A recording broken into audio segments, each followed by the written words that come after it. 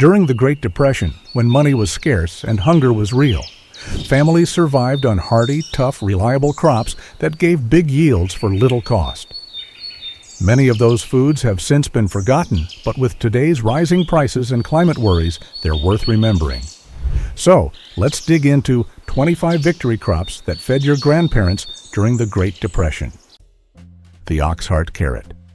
Picture this, a carrot that's ditched the dainty, tapered look for a chunky, heart-shaped silhouette. A vegetable so robust, it's been dubbed the meat of the carrot family. That, fellow green-thumbed enthusiasts, is the Oxheart carrots. Stubby? Yes. Mighty? Absolutely. Forget slender roots that snap in rocky soil. This heavyweight champ grows up to 6 inches long, 5 inches wide, and weighs a whopping 1 pound, like a love letter from Mother Nature herself to wartime gardeners. Unlike slender carrots, Oxheart stood up to poor conditions and extended cold storage periods with little loss of flavor or quality. So, yeah, not your typical carrot, but an heirloom worth a spot in your patch. Kohlrabi. There aren't many American garden staples that have become as forgotten as the kohlrabi. Even among gardeners, this crop remains a mystery, but when the Great Depression struck homes, it played a vital role in keeping bellies full. Odd but sensational, those are the words that best describe the kohlrabi. This alien-looking bulb was a mild, crunchy vegetable that tasted like cabbage meets broccoli stem.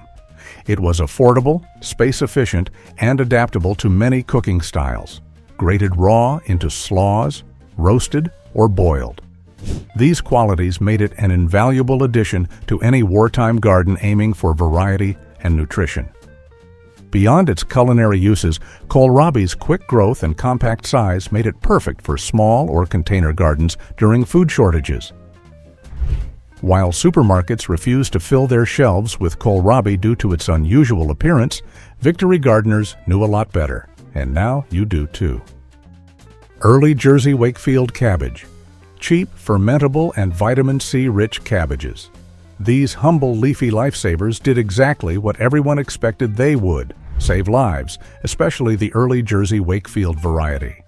Here's a fun fact. Cabbages, during the time, were mostly eaten by poor people as a cost-effective way to prevent scurvy in the winter. With its conical head, sweet flavor, long shelf life, and vitamin punch, the early Jersey Wakefield was a no-brainer for survival gardens across America. If it had dirt and sunlight, chances are someone tried to coax a cabbage from it. A cabbage patch meant no one went hungry. Cabbage leaves showed up in every possible way, chopped in stews, shredded into slaw, boiled with potatoes, or fermented into tangy sauerkraut, which was the original probiotic superfood that prevented scurvy in vitamin-starved winters. Cabbages offered way more than crunch. They saved lives, and they can still do just that today. Peppers. Here's the thing, cabbages might have filled crocks, but peppers ignited bland rations with fire. Besides the deadly struggle for nutrition, there was still the matter of taste. Depression-era families obviously prioritized rations and nutrition over all else in their gardens and kitchens, but something needed to set tongues ablaze. And peppers, yeah, they did that, literally. Wartime gardeners and families relied on these common, reliable pepper varieties: bell peppers, jalapenos, and chili peppers, like Anaheim. These peppers weren't just chosen for their spicy flavors, but also for their ability to be preserved for later use through drying or canning. Peppers hung on strings like Christmas lights across porches and kept the heat coming all year round. Want to bring some heat back into your home? This is a good start. Cushaw Squash. Picture this, a squash so big a single one could feed an entire family. So tough-skinned it laughed at cellar mold. So sweet it brought a near unrivaled joy to every dinner table. That's the Cushaw Squash, a lumpy, bumpy, massive superhero of Depression-era gardens. This crook-necked, bright yellow gourd wasn't just a pretty face. It was a long-lasting, low-fuss summer-to-winter staple that put up with heat, pests, and dry spells like a pro, and made meals hearty when every bite counted. Depression-era families worshipped it. Why? Well, for one, it was a generous grower. One vine produced 2 to 3 squashes weighing up to 15 to 30 pounds each. That, coupled with its marathon shelf life, meant it was destined to be the savior of the Depression era. Plus, it could be enjoyed in a number of ways: roasted, baked, or mashed to stretch meals with creamy sweetness, cubed or pureed in soups, turned into pies or preserves for a tangy treat. You name it. Rutabaga. During the Great Depression, families, now more than ever, needed tough, reliable veggies that could flex their nutritional muscles and fill bellies without fuss or fancy care. They needed crops they could count on always. And that's where this hardy, knobby crop that put the root in root cellar royalty came in. Enter the rutabaga, often called the poor man's potato, but worth its weight in gold. Rutabaga was the MVP of winter survival gardens, packing a vitamin C punch stronger than oranges and waving a victory flag over poor soil and harsh conditions. The rutabaga was a Depression-era garden must-have. For starters, they were garden tough. They thrived where other veggies whined, growing strong even in poor soil and with minimal care. Rutabagas are a nutrient knockout. This root vegetable comes loaded with fiber, vitamin C, potassium, calcium, magnesium, and antioxidants, making them a powerhouse for health and hunger. Lastly, they were more versatile than a magician's hat, pulling a tasty trick out for every kind of meal. We're talking boiled, mashed, roasted, or tossed into soups and stews with their sweet and slightly bitter flavor jazzed up Depression-era meals. Well, even today, this miracle root vegetable can still add a bit of magic to your everyday meals. Tomatoes. When the tough times rolled in, families not only relied on hardy, shelf-stable foods, they also turned to reliable, easy-to-grow crops that could fill empty plates. Cue in the juicy red dynamo, the humble tomato. Bright and oh so versatile, tomatoes were the cheering red gems of Depression-era gardens. Across America, families were turning dirt patches into tomato treasure troves, and boy, did these plucky plants deliver. Here's the thing, they weren't just chosen for their good looks, though those ruby red cheeks just brightened up the garden. They were the ultimate economic sidekick. Thrifty titans where a single packet of seeds could yield bushels of fruit, packed with vitamins and absolutely versatile. They were eaten fresh, canned into sauce, or traded with other families. They did it all. So why let Depression-era gardeners have all the fun? Swiss chard. Have you ever heard of the poor man's spinach? That, guys, would be the Swiss chard, a crop that's gone under the radar since the Great Depression and since become a thing of the past. Well, this Depression-era crop got its nickname from being a substitute for the real deal when it became too expensive for families to afford. Nevertheless, this unexpected hero rose up from the dirt, pun intended, and saved lives. With its rainbow stems that brightened gray meals, this crop became a staple for a number of reasons. For one, it's a nutritional powerhouse, packed with vitamins A, C, and iron. Plus, it was easy and reliable, thriving in a variety of soil types. Italian grandmothers called it bietola, sautéing it with dandelion greens. Be more like them, would you? Detroit dark red beets. Depression-era, families had a crop for every flavor profile. Peppers brought the heat, garlic, the flavor, looking for a bit of tang. Dill had their backs, and for sweet, well, that would be beets, particularly the Detroit dark red beets. Known for its deep red color, tender flesh, and dependable growth, this sweet, resilient root sustained families. The heirloom beet variety brightened gloomy days thanks to its sweet taste. However, it wasn't just that. What you're looking at takes just 60 days to reach maturity. During the Great Depression, that was saving lives.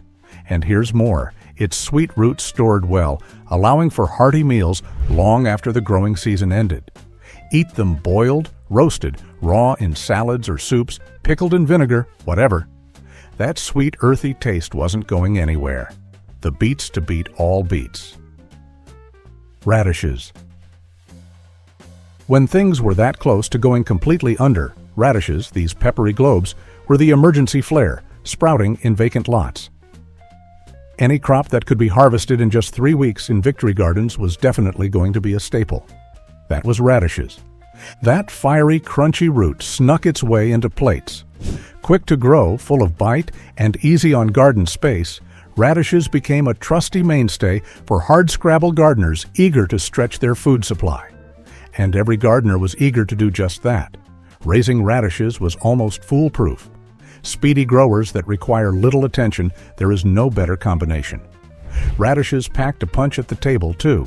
Sliced into salads, layered onto buttered bread, sautéed, added to soups, you name it. Or, better still, you try them out yourself. White Creole onions.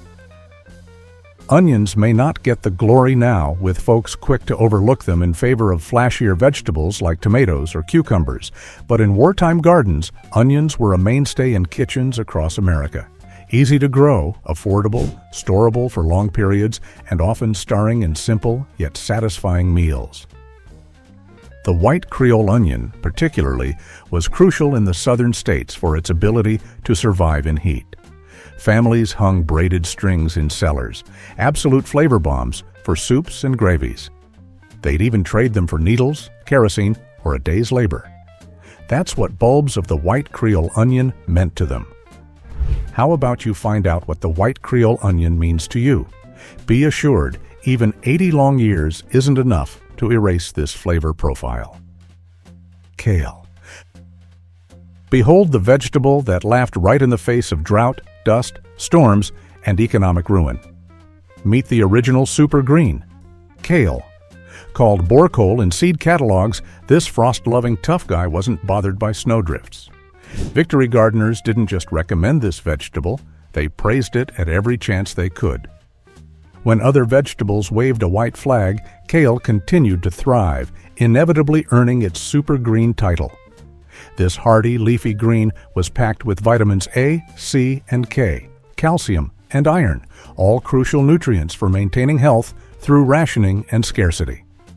When survival is the goal, you have got to plan with kale in mind. Cucumbers. Ready for a fresh take on survival?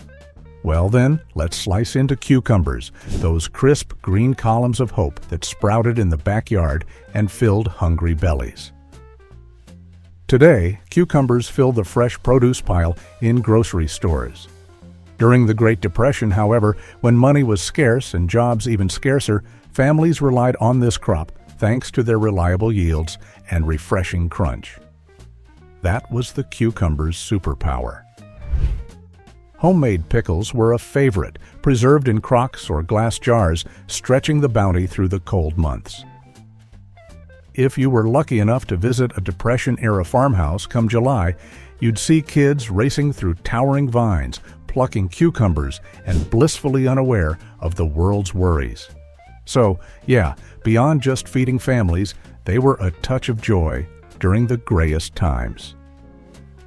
This food has been neglected since then, relegated to only grocery store shelves. You can change that.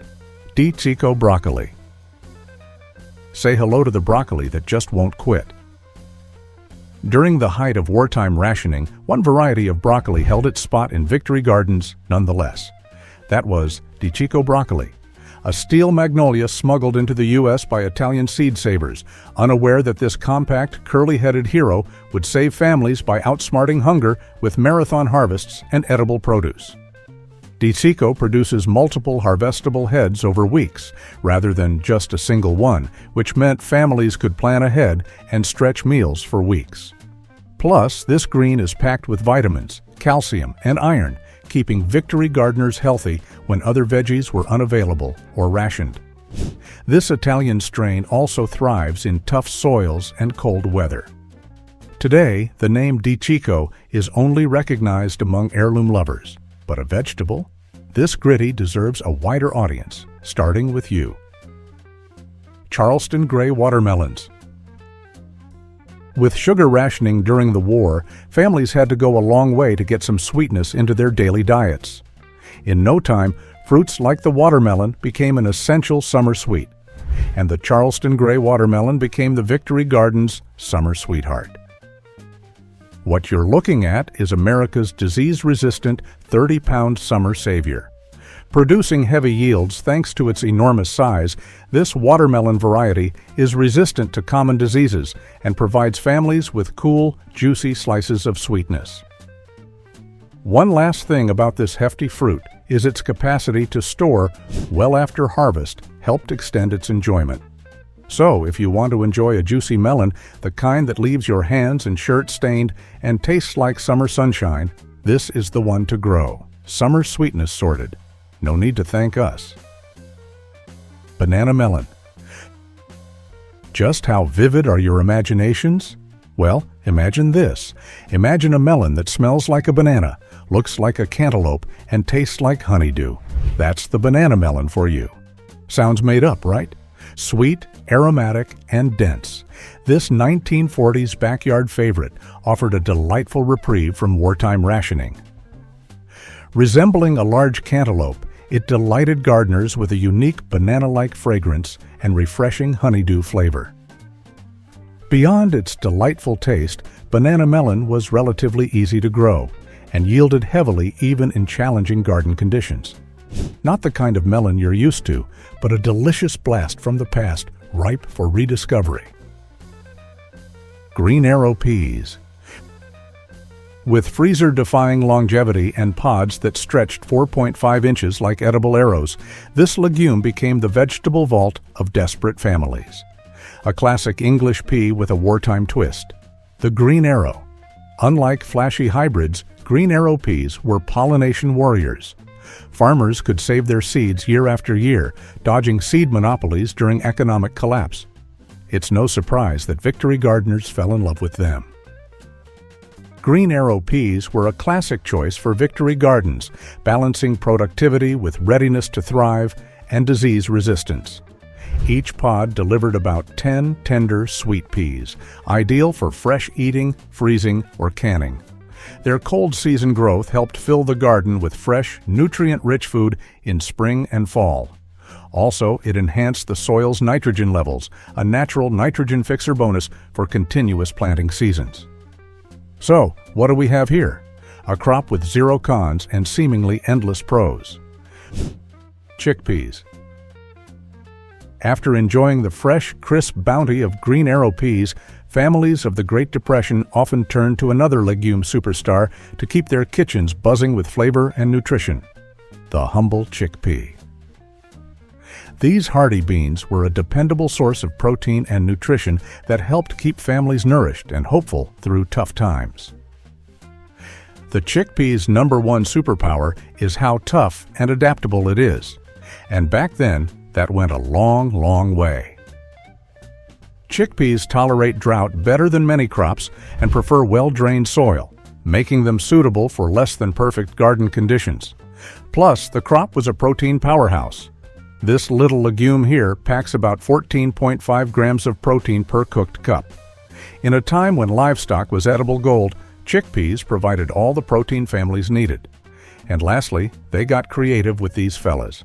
From hearty stews and soups to mashed spreads and simple salads, chickpeas could be cooked up many ways to keep meals interesting and filling. Winter squash. Victory gardens had their staples, their shining stars, but only one crop got to roll out the red carpets in autumn. Cue the grand entrance of the winter squash. Think of these big fellas as nature's Tupperware, thick-skinned wonders that lounged in root cellars all winter, unfazed by frost or famine. One squash could feed a family for days, roasted, pureed, or baked into mock apple pies when fruit was scarce.